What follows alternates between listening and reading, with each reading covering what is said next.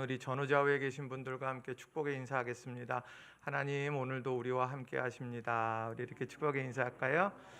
네, 나도 당신과 함께 있습니다. 다시 인사합니다. 나도 당신과 함께 있습니다.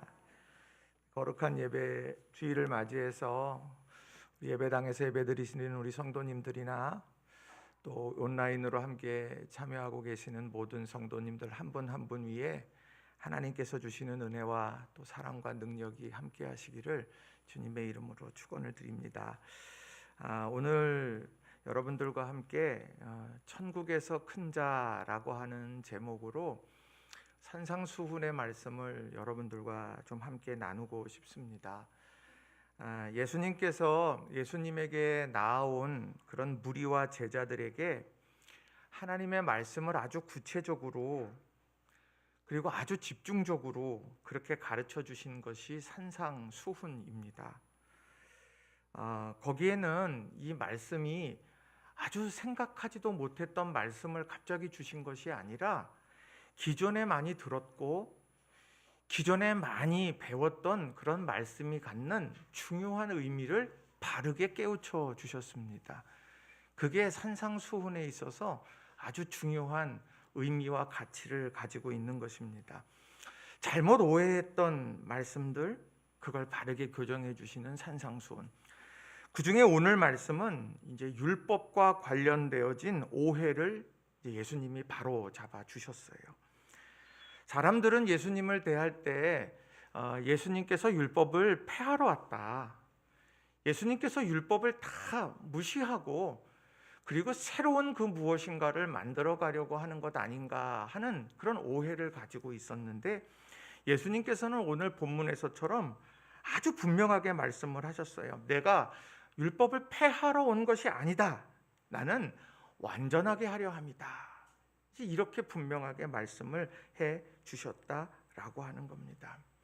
그 율법을 완전하게 만드셔서 그래서 예수님께서 기대하시는 것이 무엇일까? 그게 오늘 5장 19절에 우리에게 아주 분명하게 말씀을 해 줍니다.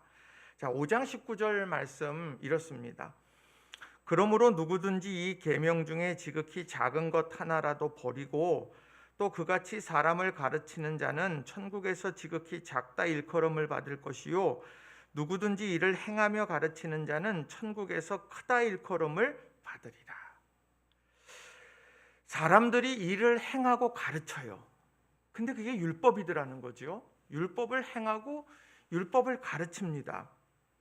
그러면서 그렇게 자신이 그런 삶을 살아가고 다른 사람에게 가르치는 그런 삶, 이렇게 삶을 살아간 사람이 바로 천국에서 크다 일컬음을 받게 될 거다. 이렇게 말씀하시면서 바로 우리 모두에게 정말 천국에서 큰 자가 되기를 기대하는 마음으로 이 산상수훈의 말씀을 전하셨을 거라는 거죠.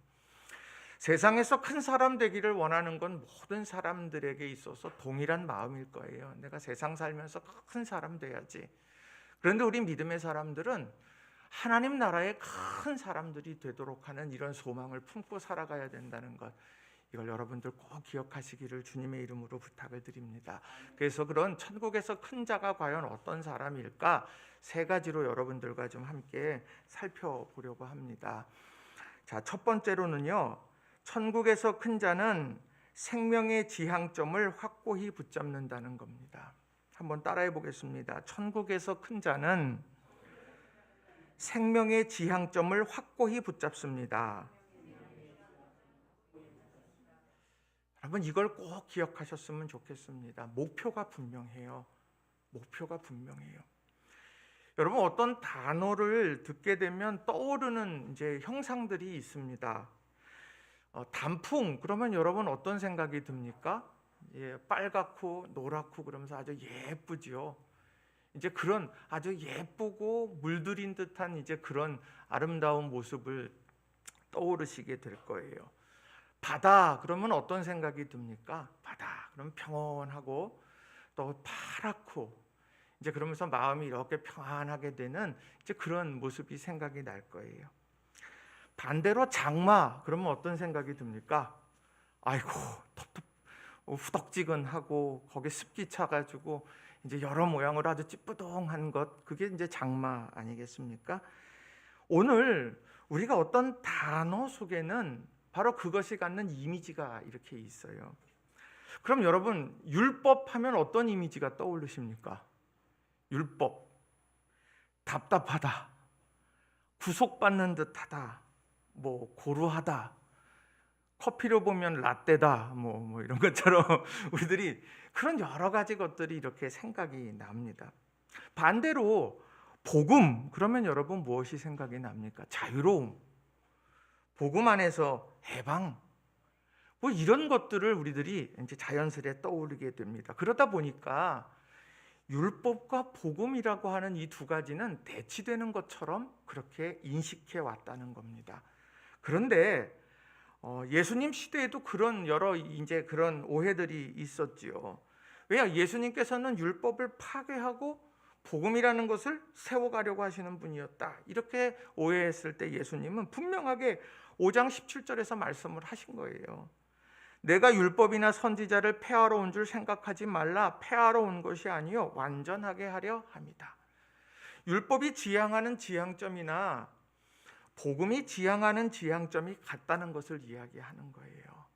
그래서 이 두 가지가 지향하는 것이 뭐냐? 생명이라고 하는 것, 구원이라고 하는 것을 향하여서 가고 있다는 것을 분명하게 말씀해 주시고 있고, 예수님은 그래서 율법을 폐기하려는 것이 아니라 완성하려고 그렇게 사명을 감당해 가셨다 말씀한다는 거예요.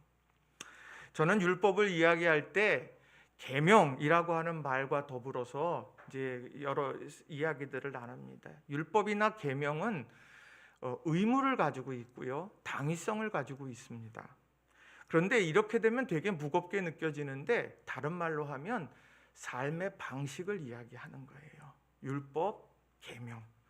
하나님의 백성들이 당연히 취해야 될 삶의 방식이라는 겁니다. 그래서 율법하면 제일 많이 떠오르는 것이 그 옛날에 보면 그때 5시인가요? 6시에 국기에 대한 경례 그러고서 이렇게 온 나라에 그 애국가가 퍼지면서 이렇게 가던 길 멈추고 서가지고 이렇게 탁 하는 거 있었지 않습니까? 이제 그것처럼 한국 사람이라고 하면 그 안에 국기를 다 그 애국가가 울려 퍼질 때 쫙 다 서가지고 국기를 향해서 경례했던 그런 기억이 나요. 한국 사람이니까 그러는 거죠. 해외 여행을 하다 보면 어떻습니까?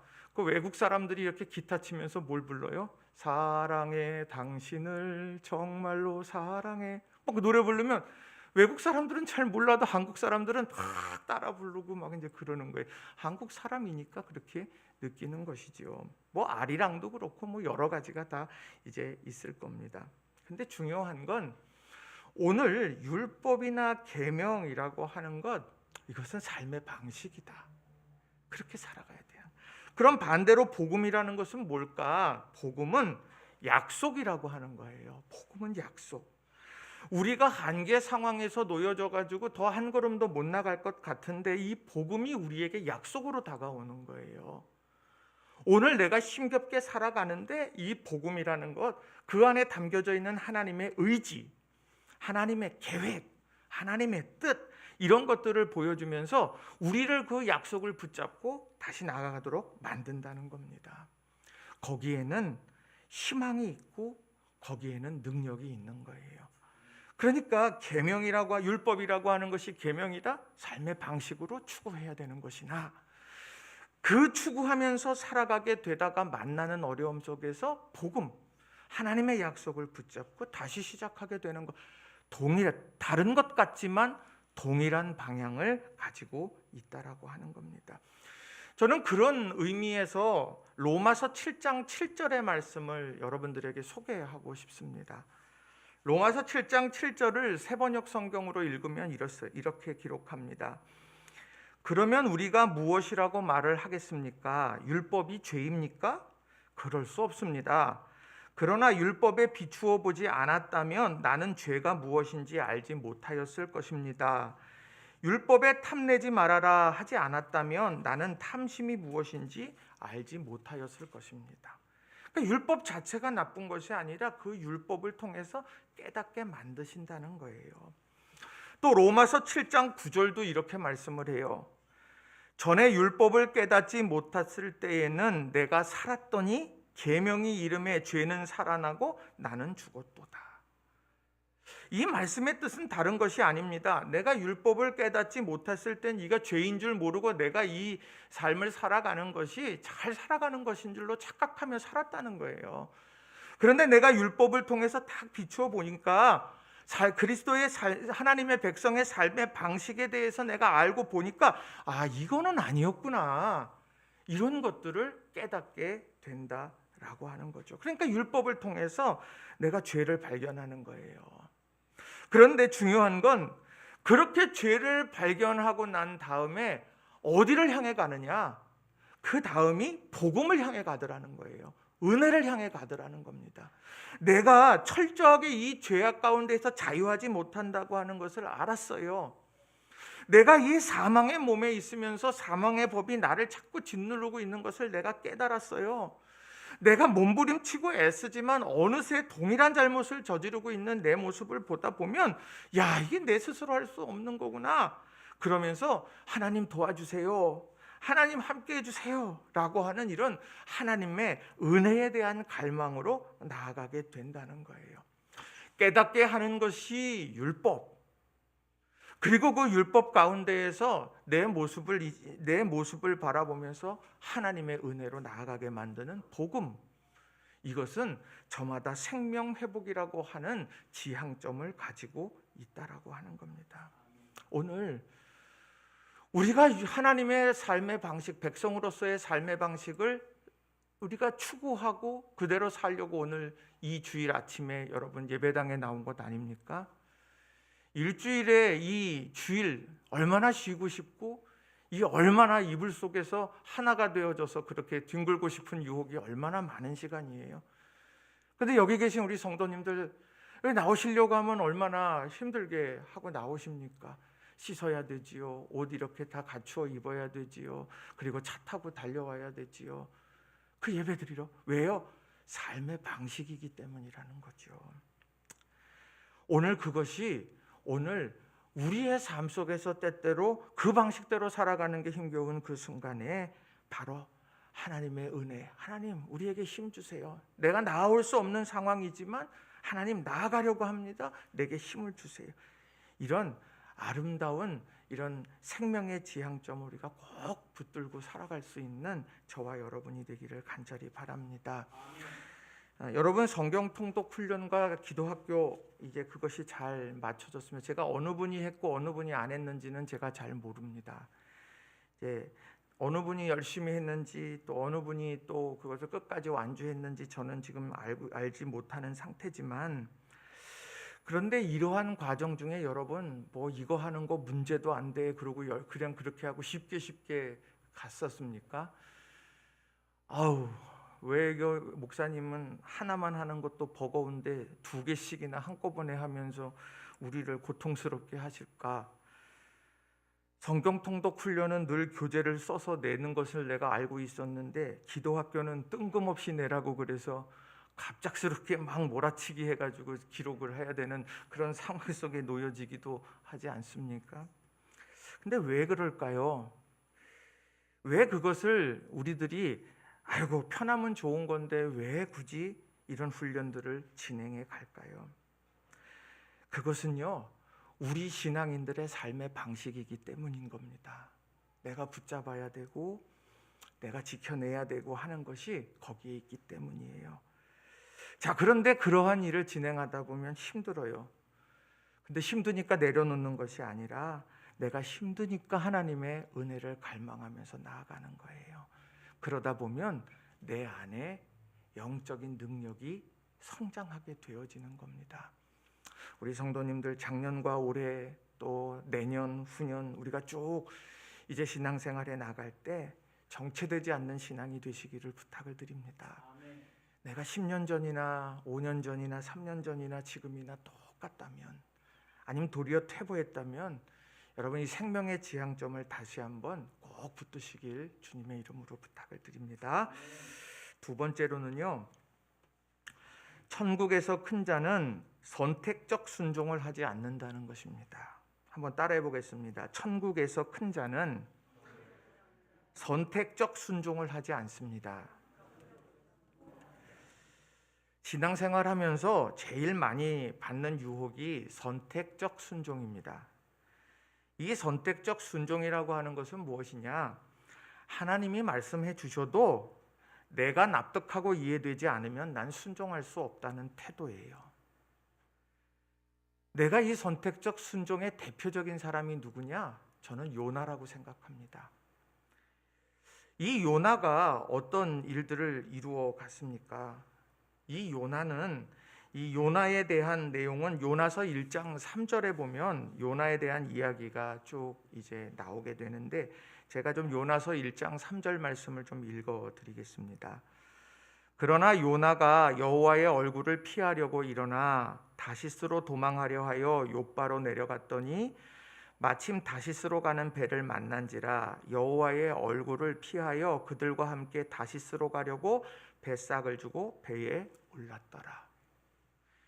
여호와의 얼굴을 피하였다고 말합니다. 여호와를 등졌다고 말하고 있어요. 왜 그랬을까? 요나는 복음 전파를 하는 것에 대해서 그는 부정하지 않았습니다.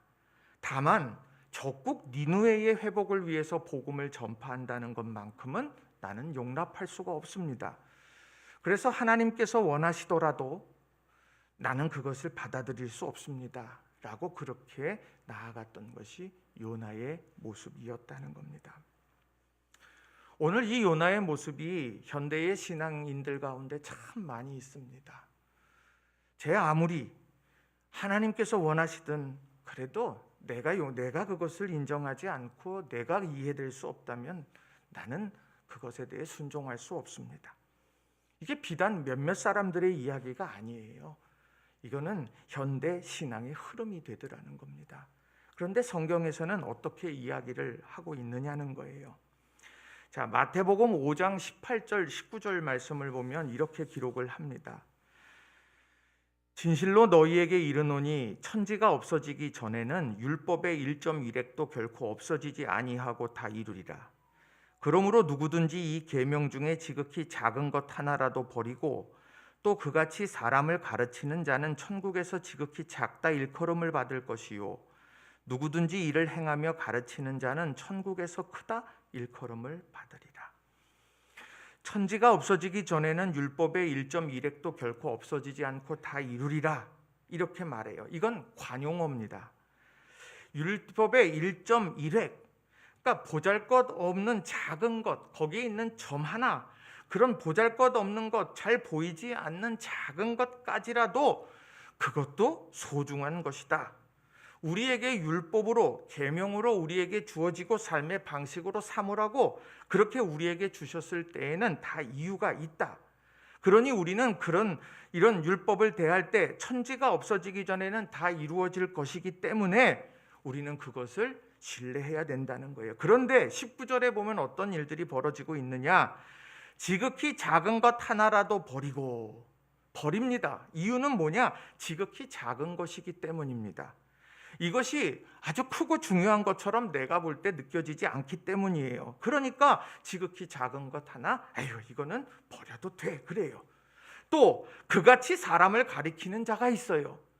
내가 그런 잘못을 저지르면서도 그러면서 다른 이들을 향하여서도 지극히 작은 것 그거 그저 무시하면서 살아도 돼. 우리가 그렇게 다른 이들을 이끌어갈 때도 있다라고 하는 거예요. 반대로 천국에서 큰 사람은 어떤 사람입니까? 누구든지 이를 행하며 가르치는 자는 천국에서 크다 일컬음을 받을 것이다. 그 작은 것 하나까지라도 행하며 가르치는 자가 마침내 천국에서 큰 자가 될 거다라고 하는 거예요. 이러한 선택적 순종이라고 하는 부분이 우리 곁에 너무도 가까이 있습니다. 우린 그걸 잘 아셔야 돼요. 하나님의 말씀을 대할 때 우리는 듣고 싶은 말씀에만 밑줄 치고 아멘 하는 거예요. 그런데 하나님의 말씀은 편식하면서 해서는 안 된다는 겁니다. 저희들이 그 성경 통독 훈련을 해 가면서 평창에 있는 한 큰 교회에 교회에서 저희랑 이제 저희보다 조금 저희는 뭐 계속 해 왔던 건데 거기는 올해 저희 있는 교재를 가지고 지금 이제 하고 있습니다. 그래서 그 목사님을 만났습니다. 그래서 만나면서 목사님하고 했던 이야기는 뭐냐? 거기는 처음으로 사순절 때 신약 성경 통독을 저희가 가진 교재로 똑같이 했습니다. 너무너무 좋았대요. 그랬더니 성도들이 난리가 났다는 거예요. 왜요? 그랬더니 내가 신약 성경 통독만 하려고 그랬더니 성도들이 끝까지 가보자고 난리를 친다는 거예요. 안 된다고, 우리 끝까지 한번 가야 된다고. 그러면서 저한테 연락이 이렇게 왔어요. 만들어 놓은 교재가 혹시 없냐고. 그래서 제가 다 드리죠. 제가 드리죠.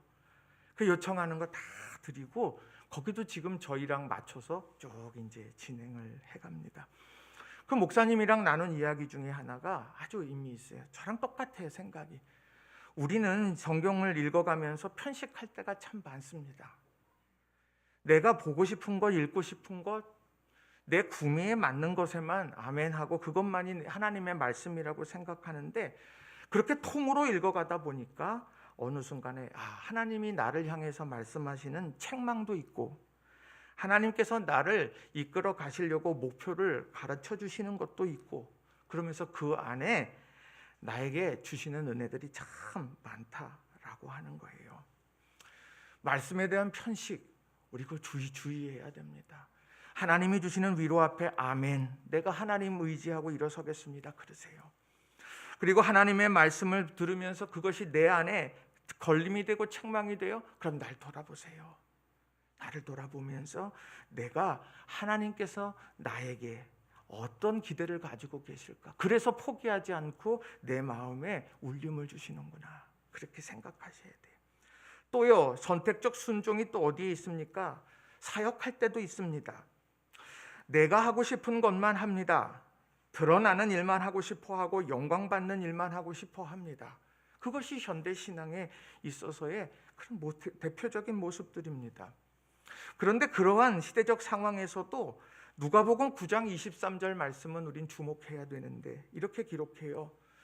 또 무리에게 이르시되 아무든지 나를 따라오려거든 자기를 부인하고 날마다 제 십자가를 지고 나를 따를 것이니라. 자기를 부인하라고 말을 합니다. 이 자기를 부인한다는 것이 무엇입니까? 이것은 내가 하고 싶은 것을 하는 것이 아니라 내가 해야 하는 것, 하나님이 원하시는 것을 나는 하기로 작정한다는 표현인 거예요. 오늘 우리 삶 속에 여러분의 삶의 자리자리에 하나님이 하고 싶어 하시는 일들이 반드시 있습니다.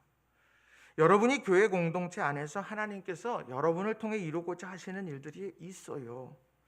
그런데 그것을 늘 막아서는 것, 이것은 내가 원하는 것이냐라고 하는 것에서 무너질 때가 많다는 겁니다.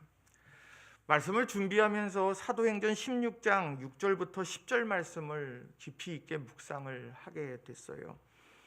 사도행전 16장 6절부터 10절은 바울이 선교지를 정하게 될 때에 바울이 어떻게 했느냐 그것을 기록하고 있습니다. 우리 6절부터 10절까지 말씀을 우리 같이 한 목소리로 한번 읽었으면 좋겠습니다. 시작. 성령이 아시아에서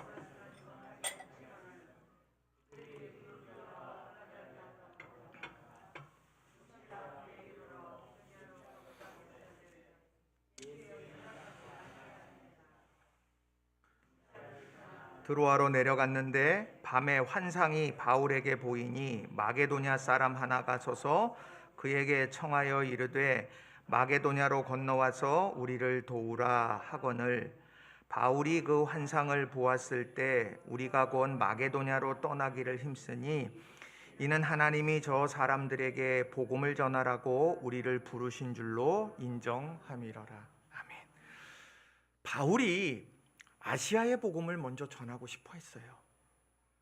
아마 그때 복음이 전해졌으면 우리가 훨씬 더 먼저 복음을 접하게 됐을 텐데, 그런데 바울이 아시아로 말씀을 전하려고만 하면 성령께서 막으셨어요. 예수의 영에 허락지 않으셨어요. 힘쓰면 힘쓸수록 막으시더라는 거예요. 그런데 어느 날 밤에 환상을 봤죠. 마게도냐 사람 하나가 서서 그에게 말해요. 마게도냐로 건너와서 우리를 도와달라고.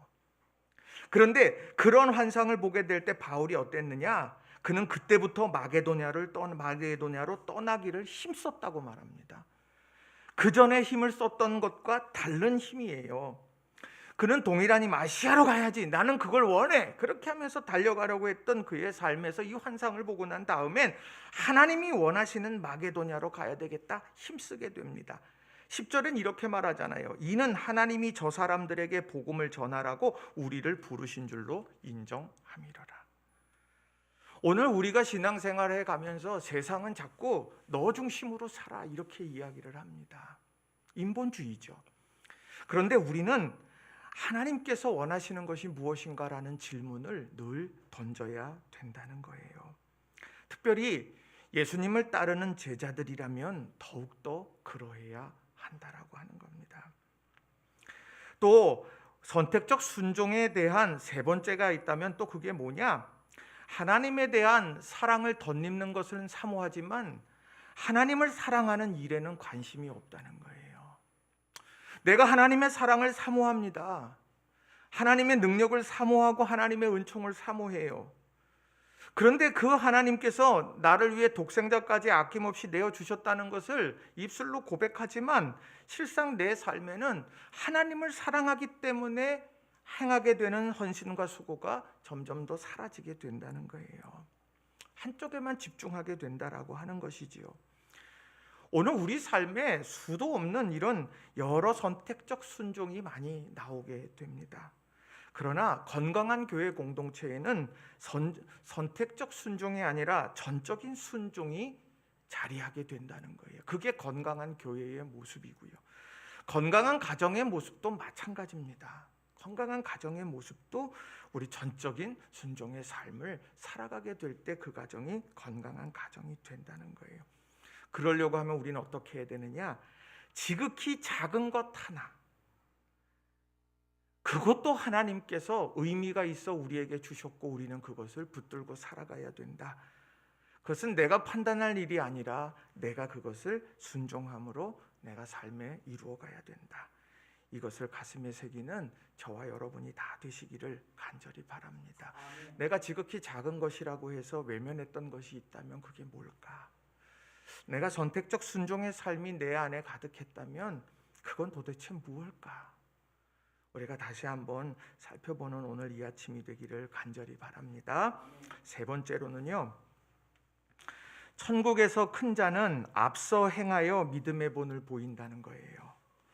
한번 따라해 보겠습니다. 천국에서 큰 자는 앞서 행하여 믿음의 본을 보입니다.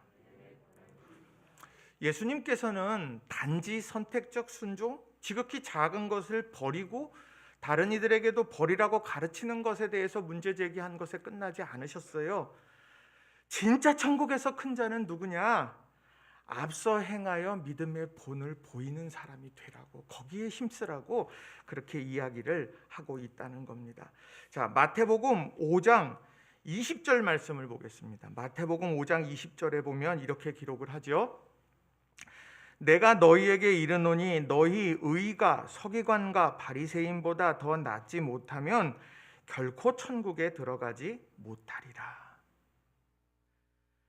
너희 의가 서기관과 바리새인보다 더 낫지 못하면 결코 천국에 들어가지 못한다. 우리는 신약 성경을 읽어가면서 바리새인과 서기관 그러면 예수님께서 정말 예수님께서 퍼붓고 예수님과 싸우고 했던 그런 대척점에 있었던 사람으로만 생각을 합니다. 그런데 오늘 본문의 말씀 이 산상수훈에서는 그들의 삶에서 자주 만나게 되는 바리새인과 서기관들, 그 사람들의 의보다 너희가 더 낫도록 힘써야 될 거다. 그렇게 강조해서 말씀하고 있다는 거예요. 그것은 본받으란 이야기겠죠. 자, 그런데 그 내용은 마태복음 23장 1절부터 3절 말씀에 보면 아주 명확하게 우리에게 알려주시는 그런 구절이 있어요. 마태복음 23장 1절부터 3절에 보면 이에 예수께서 무리와 제자들에게 말씀하여 이르시되 서기관들과 바리새인들이 모세의 자리에 앉았으니 그러므로 무엇이든지 그들이 말하는 바는 행하고 지키되 그들이 하는 행위는 본받지 말라. 그들은 말만 하고 행하지 아니하며. 모세의 자리에서 앉아서 그들이 하나님의 말씀을 대언하게 될 때 그 말하는 바는 행하고 지키라는 거예요. 바리새인과 서기관이 그들이 말하는 것과는 다르게 행위는 뒷받침하지 못한다고 해서 그 말씀 자체가 무의미한 것은 아니라고 하는 겁니다. 반대로 말하면 바로 들려지는 그 말씀을 붙들고 내가 앞서 행하고 믿음의 본을 보이도록 힘쓰라, 이렇게 말씀하고 있다는 겁니다. 우리들이 흔히 많은 경우 그 유머로 막 하는 것 있지 않습니까? 이제 내가 어떤 사람이 뭘 할 거야 그렇게 이야기할 때 그 한 사람 놔두고 다른 사람들이 다 뒤로 한 걸음씩 물러가면 그 사람이 앞에 나온 꼴이 돼버리지요. 그러면 그러잖아요. 누가 나를 이렇게 불렀냐고 이제 이렇게 이야기를 하잖아요. 오늘 삶에 신앙생활할 때 우리가 자꾸 립서비스만 있어서는 절대로 안 되는 거예요. 하나님 앞에서든지 우리가 삶의 자리에서 우리가 정말 하나님 앞에 앞서 행하는 삶을 살아가야 됩니다.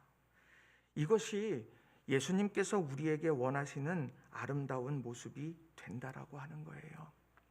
여러분, 말씀을 듣고 그 말씀대로 행하며 살아가고 계십니까? 오늘 이 말씀은 설교하는 제 자신에게도 주시는 말씀입니다. 수 없는 설교를 하는데 그 설교대로 내가 살아가고 있느냐, 저 자신에게 던지는 질문이기도 하고, 또 수십 년을 신앙생활해 가면서 믿음 안에서 살아가는 우리 모든 믿음의 사람들 한 사람 한 사람에게도 동일하게 주시는 그런 질문이라고 생각을 합니다. 내가 입술에만 머물러 있느냐, 아니면 손과 발로 우리의 삶에 행함으로 나아가고 있느냐라고 하는 거예요. 바라긴 우리 성도님들 한 분 한 분이 믿음의 본을 보여주시는 신실한 분들이 다 되시기를 간절히 바랍니다. 아이고, 기도해야 되는데 기도하셨으면 좋겠어요. 예배해야 하는데 예배하셨으면 좋겠어요. 헌신해야 하는데 헌신하셨으면 좋겠어요. 용서해야 하는데 용서하셨으면 좋겠어요. 오늘 우리 삶에 작은 것 하나부터 행하게 될 때 하나님이 주시는 은혜와 사랑과 축복의 역사가 우리 모두에게 일어나게 될 줄로 믿습니다. 우리 코로나19 시대에 참 여러 가지를 생각하게 만듭니다. 그래도 백신이 막 맞아지는 것을 보니까 참 감사해요. 그래서 그걸 맞고서 이렇게 하고서 막 인증 이런 거 해갖고 올려가지고 탁 합니다. 그러면 그게 부러워요. 그래가지고 저도 열심히 그래도 목사가 코로나 걸리면 안 되니까 내가 빨리 좀 맞아가지고 내가 좀 예배 지장이 없게 해야 되겠다. 그래서 이제 이렇게 막 인터넷 네이버 거기에다가 막 신청하고 막 열심히 했어요. 그랬더니 친구가 전화가 왔어요. 그 친구는 벌써 맞았거든요. 그러니 야, 너 어떻게 하는 거야? 그래서 난 네이버에다가 열심히 올리고 있어. 그랬더니 네이버에 어떻게 하는데 거기 의원들이 나오면 거기다가 다 해. 그래서 내가 예약 신청해서 없으면 연락 달라고 체크해 갖고 다 했어. 그랬더니 바보 그러는 거예요. 그래서 왜 그러냐 그랬더니 직접 전화 거는 게 빨라. 우선순위에서 밀려. 이제 그 얘기를 이렇게 하더라고요. 오늘 그런 어려운 시기를 지나지만 그 안에서 내가 공동체를 위해서 또 이제 그런 맞아야 되겠다. 이제 그렇게 생각하고서 또 하기도 하고, 이 코로나19 시대에 정말 힘겹게 살아가는 사람들 참 많습니다. 그 사람들 위해서 내가 구제하기도 하고 기도하기도 하고 손잡아주기도 하고, 우리가 이런 아름다운 모습들을 실천해 간다라고 하면 정말 하나님이 기뻐하시지 않을까. 어떤 방식으로 어떻게 해야 될지는 우리 삶의 환경이 다 다릅니다. 아이고, 내 환경이고 내 삶의 자리, 내 처지에서 내가 지금 누굴 돌아봐. 기도는 할 수 있지요. 그렇지 않습니까? 나라와 민족을 위해서도 우리 기도할 수 있는 것이고, 저 인도 땅을 위해서도 기도할 수 있는 것이고, 저 미얀마를 놓고도 기도할 수 있는 것이고, 우리는 얼마든지 기도할 수 있잖아요. 기도하며 실천해 가면서 믿음 안에서 적극적으로 행하고 많은 사람들의 믿음의 본이 되는 저와 여러분이 다 되시기를 바랍니다. 작은 바람이 있다면 여러분들께서 목사를 바라보면서 절 바라보면서 나 목사님처럼 기도해야지, 목사님처럼 신앙생활 해야지, 그렇게 됐으면 좋겠다고 하는 걸 저 자신에게 끊임없이 누군가가 널 보고 있어, 너 똑바로 신앙생활 해라. 저 자신에게 우리 장로님들 바라보면서 많은 사람들이 우리 난 장로님처럼 신앙생활을 해야지. 우리 권사님들 바라보면서 나 우리 권사님처럼 신앙생활 할 거야. 이렇게 아름다운 본이 다 되실 수 있는 우리 모든 성도님들이 다 되시기를 바랍니다. 그런 아름다운 믿음의 앞선이들이 열심으로 또 나아가게 될 때 또 뒤따르며 선한 영향력이 우리 삶의 곳곳에 퍼지게 될 줄로 믿습니다. 말씀을 정리합니다. 오늘 말씀은요, 천국에서 큰 자에 대한 말씀이에요.